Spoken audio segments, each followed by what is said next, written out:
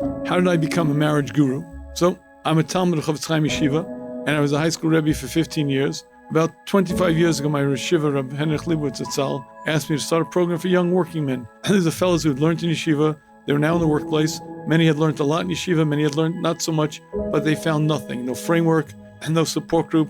Many of them didn't even belong to a shul. And that's really how TheShmuz began. And something interesting happened. Because TheShmuz deals with real-life issues, and many of the fellows connected to me personally as their Rebbe, and I quickly became their go-to for serious life questions. At first, most of the guys were single, so the questions were innocent enough, but then they started getting married, and the questions changed.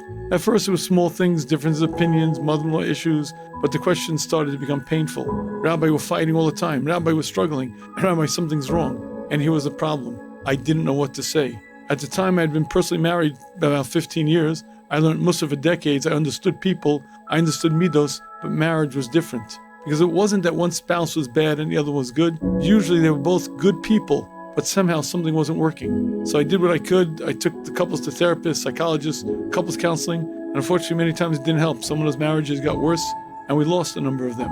And that shook me to the core.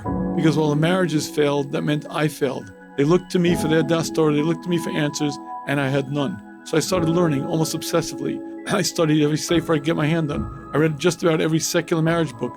I consulted Rabbanim, Chassim teachers, marriage therapists, and I began to see patterns.